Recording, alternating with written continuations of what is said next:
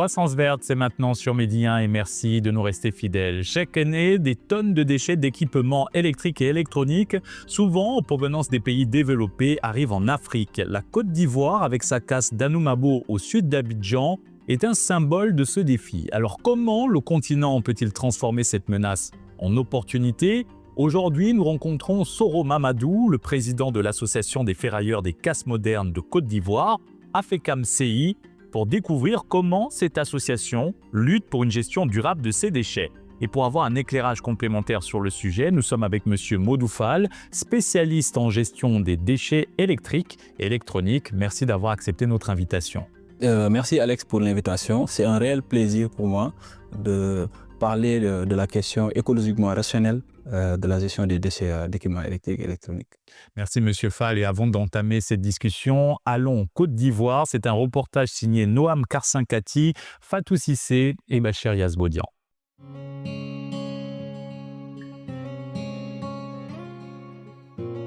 Abidjan est au cœur d'une crise environnementale silencieuse, avec une urbanisation rapide et une consommation accrue de produits électroniques. La quantité des déchets d'équipements électroniques et électriques générés actuellement ne cesse d'augmenter. La plupart sont mal gérés, polluant les sols, l'eau et l'air.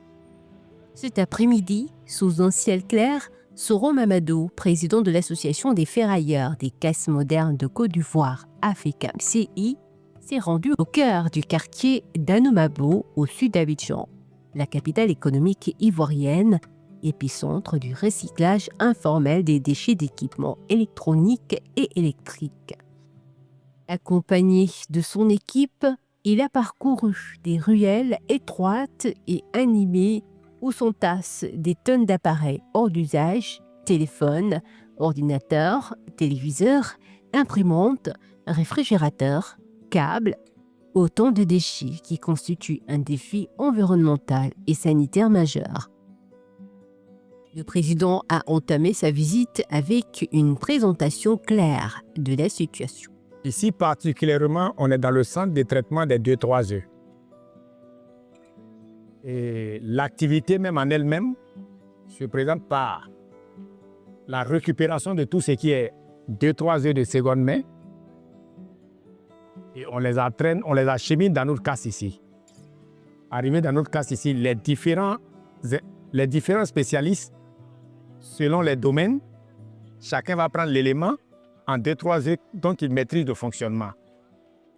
À première vue, on essaie de sauver, de remettre l'élément en état fonctionnel pour vendre ce produit en seconde main.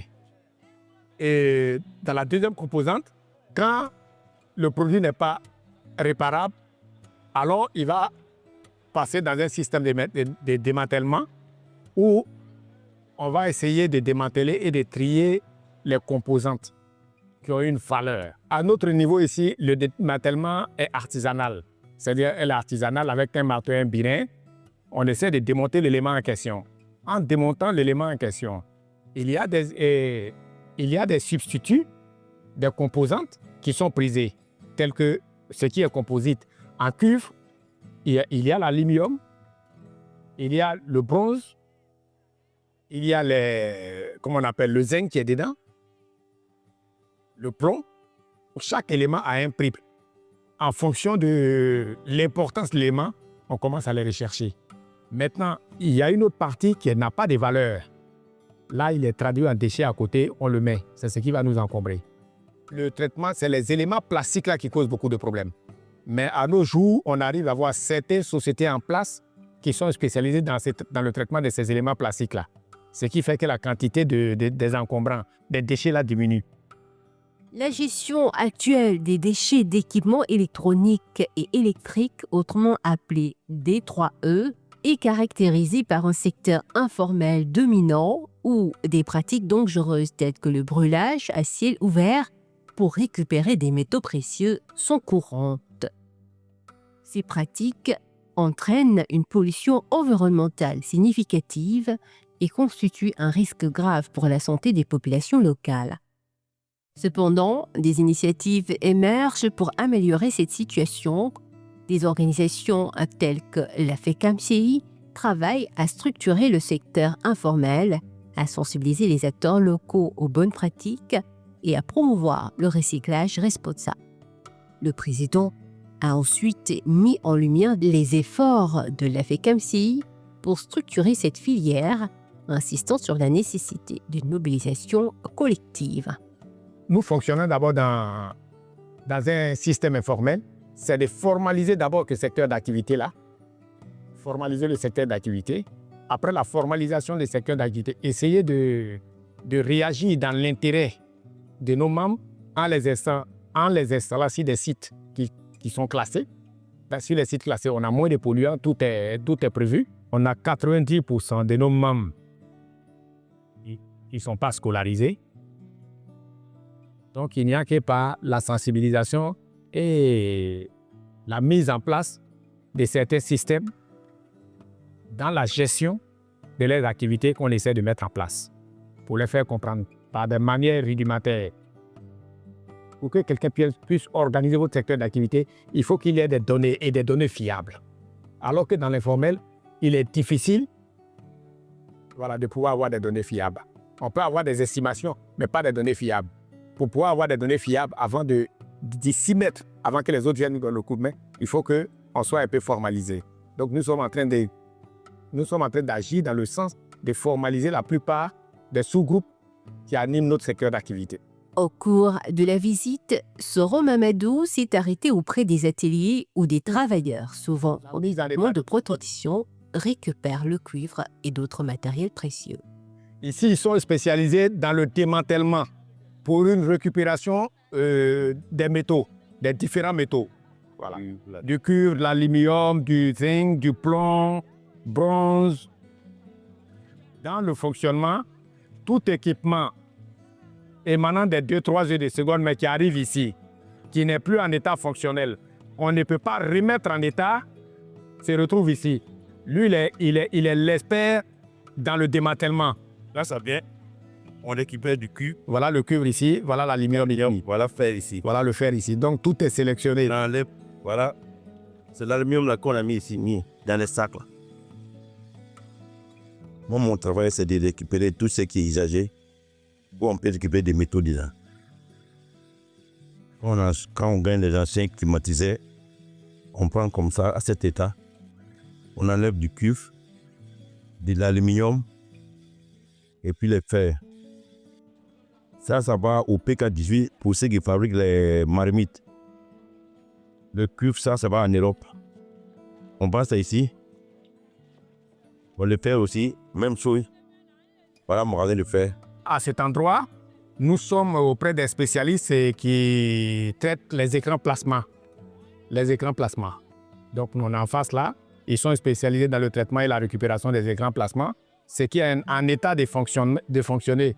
Peut-être qu'ils vont réparer et remettre ça sur le marché pour une seconde réutilisation. Ce qui n'est pas en état fonctionnel, ils vont essayer d'amener ça au démantèlement et puis enlever les différentes composantes prisées qui sont à l'intérieur. La visite se poursuit dans cet autre atelier de recyclage, de remise en état fonctionnel et de vente, celui de Konaté Yacouba. Il nous montre sa propriété.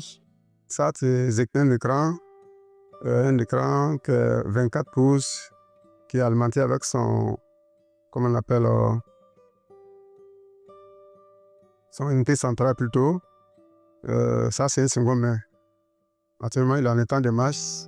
Comme je l'ai dit, ceux qui ne sont pas à nouveau de payer pour nouveau, ils viennent payer ça là pour aller mettre dans leur bureau ou bien leur activité personnelle comme ça.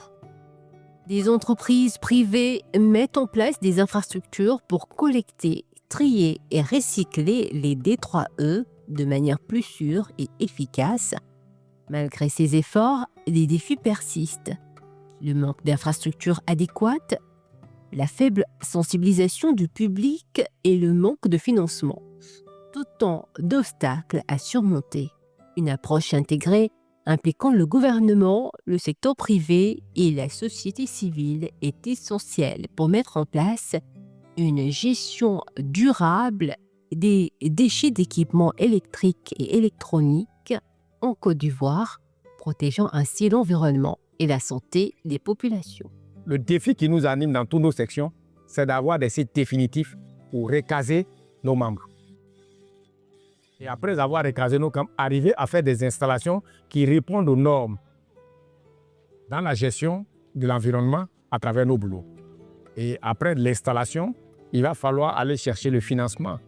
Le financement pour nos activités, la formation, la mise à niveau des compétences de nos membres du ministère de l'Environnement, qui nous a envoyés à des phases de sensibilisation, non seulement de nos acteurs, mais à la population riveraine.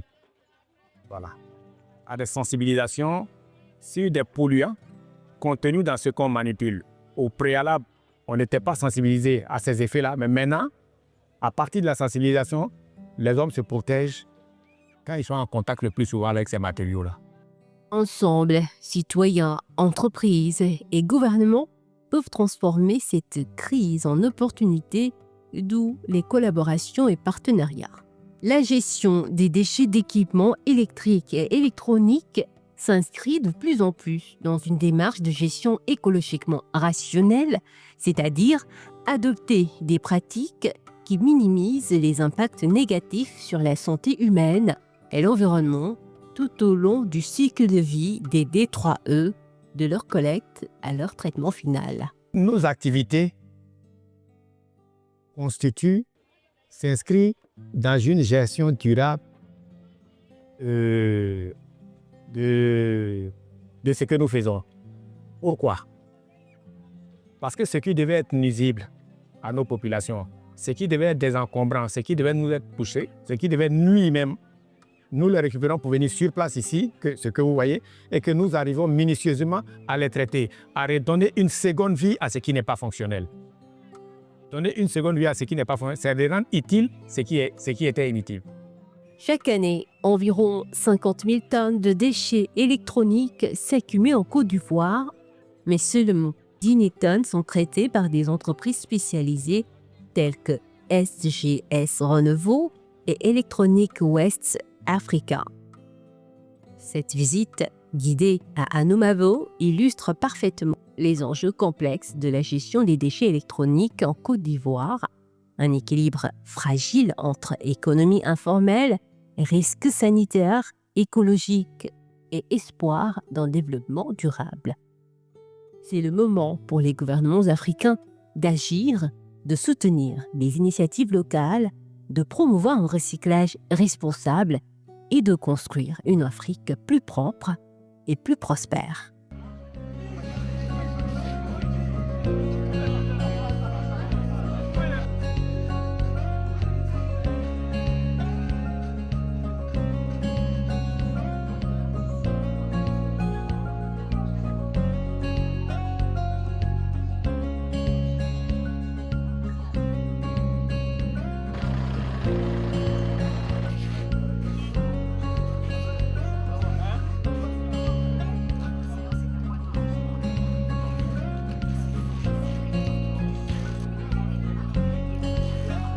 Nous sommes de retour sur le plateau de Croissance Verte avec M. Modou Fall, spécialiste en gestion des déchets électriques et électroniques.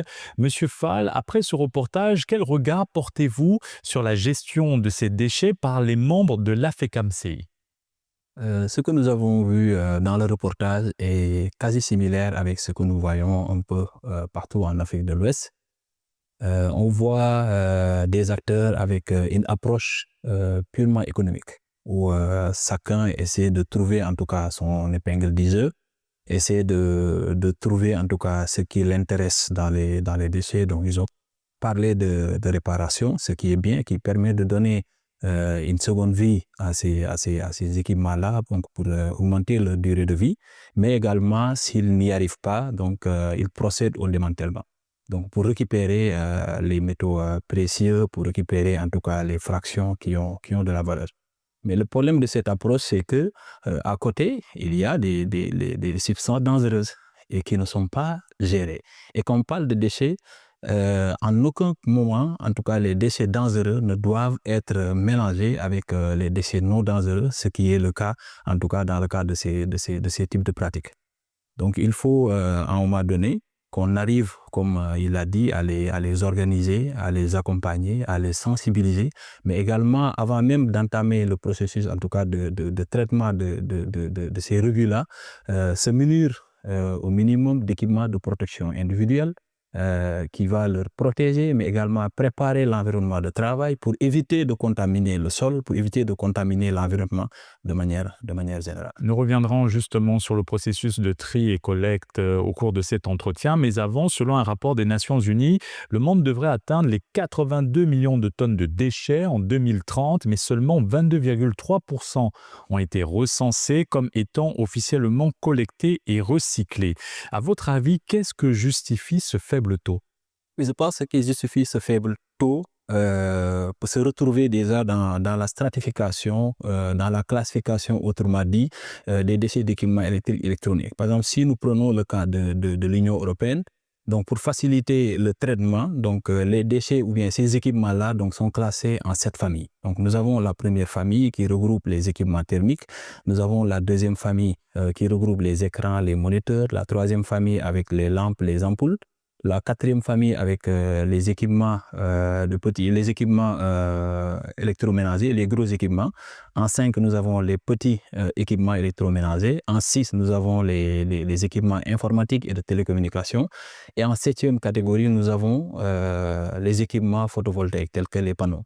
Donc, dans ce que nous voyons, la majeure partie des acteurs informels sont orientés uniquement sur la catégorie 6, donc qui regroupe la famille des équipements informatiques et de télécommunications qui sont beaucoup plus faciles à réparer, qui sont beaucoup plus utilisés, mais également qui sont beaucoup plus faciles à démanteler. Donc ça, c'est l'une des raisons. Donc ça veut dire qu'il y a beaucoup de catégories de déchets D3E donc, qui ne sont pas captés, qui ne sont pas recyclés, bien qui ne sont pas démantelés, qui ne sont pas traités. À cela, donc, s'ajoute le fait également que les populations également aient tendance à garder certains équipements obsolètes ou bien arrivés en fin de vie à la maison. Parce que ce qu'il faut comprendre également, c'est que souvent les équipements électroniques ont une valeur sentimentale pour les personnes. Par exemple, quand quelqu'un acquiert son premier téléphone ou bien sa première télé ou son premier réfrigérateur, souvent la personne peut avoir tendance à ne pas se débarrasser facilement, en tout cas, de cet article en vue de pouvoir peut-être ultérieurement lui réparer l'équipement ou bien voilà, donc quelque chose comme ça. À cela s'ajoute également le manque de sensibilisation. Donc, nous reviendrons justement sur le manque de sensibilisation, mais avant, nous parlons des activités de recyclage. Nous avons vu les recycleurs, on sait qu'il y a des produits nocifs qui s'échappent dans l'environnement suite à ces techniques assez rudimentaires. Alors, comment endiguer ce phénomène? Certains brûlent même certains matériaux pour en tirer d'autres composantes. Comment endiguer ce phénomène? Oui, je pense qu'il faut organiser les acteurs et encourager en tout cas la mise en place d'unités spécialisées dans le traitement de ces déchets-là. Et cela va permettre de faire une gestion, ce qu'on appelle écologiquement rationnelle, donc qui répondent aux normes environnementales et qui permettent en tout cas d'assurer une bonne gestion depuis la collecte, d'assurer le conditionnement, l'acheminement et une fois également le rôle des pouvoirs dans ce recyclage rudimentaire qui met en danger la santé des recycleurs et des populations. Oui, je pense qu'ils ont un rôle capital dans l'organisation déjà de la filière, mais aussi dans la mise en place d'un cadre réglementaire structurant le rôle de l'ensemble des acteurs. Voilà. Et des organisations comme par exemple les ministères de l'Environnement ou les directions des établissements classés pourraient également mettre en place des normes, des décrets, des articles, en tout cas pour organiser cette filière et donner en tout cas un rôle spécifique aux différents acteurs, que ce soit les organisations de collecte, les organisations de transport, les organisations de traitement, les démanteleurs, les organisations de recyclage et d'exportation même, en respectant toutes les conventions qui régissent le transport frontalier des déchets telles que les conventions de Bâle, de Stockholm, de Minamata, mais également les conventions de Bamako. Le continent reçoit aussi beaucoup de déchets sous couvert d'équipements de seconde main. Face à cette situation, est-ce que cela ne complique pas davantage le recyclage de ces types de déchets? Oui, effectivement, c'est une question très pertinente et effectivement, ça peut augmenter le volume des déchets produits parce que ce qu'on remarque, et même plus souvent, on reçoit même des déchets parce qu'ils ne sont pas forcément testés, ils sont peut-être non fonctionnels. Donc, ça veut dire qu'on importe des déchets vers nos pays et ce qui augmente le volume de déchets. Et pour le rappeler, voilà, donc ces déchets contiennent des éléments dangereux, donc ce qui contribue à la nuisance de l'environnement, mais également peut nuire également aux acteurs qui opèrent ces démantèlements. Revenons à la sensibilisation des usagers, des utilisateurs. Avec le développement rapide des technologies, il y a une accélération de la production des déchets électroniques, ça va de soi. Alors comment inviter les populations à revoir leur habitude de consommation? Oui, je pense qu'aujourd'hui, avec la fracture numérique, donc on tend vers une population qui l'est déjà, hein, donc une population de consommation. Donc, on achète des équipements pour améliorer nos conditions de vie, ce qui encourage également une forte augmentation de la production des déchets électroniques. Donc, pour réduire en tout cas ces volumes-là, il faut encore une fois aller vers la sensibilisation des populations, sensibilisation des communautés, mais également mettre en place un système qui facilite la récupération des équipements arrivés en fin de vie, mais également faciliter le traitement. Mais aussi, c'est important que les producteurs ou bien les metteurs sur le marché également aillent vers des solutions d'éco-conception, donc qui consistent à utiliser des matériaux que ce soit faciles à réparer, mais aussi des équipements qui seront faciles à traiter une fois arrivés en fin de vie. Monsieur Fall, vous êtes spécialiste en gestion des déchets électriques et électroniques. À votre niveau, quelles sont les actions que vous menez pour sensibiliser les communautés sur les risques liés à ces déchets?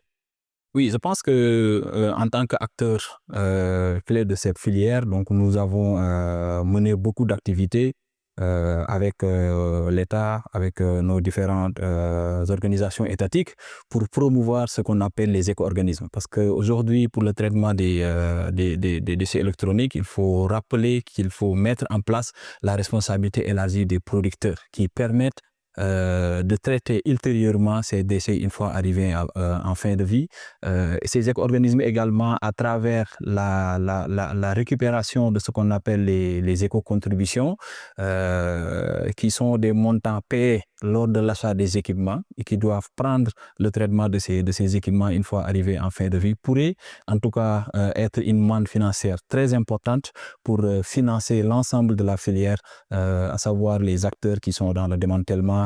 Dans le reportage, on a vu le manque d'infrastructures adaptées, en tout cas pour abriter l'ensemble des acteurs, mais également, comme on le sait, la communication, ça coûte cher.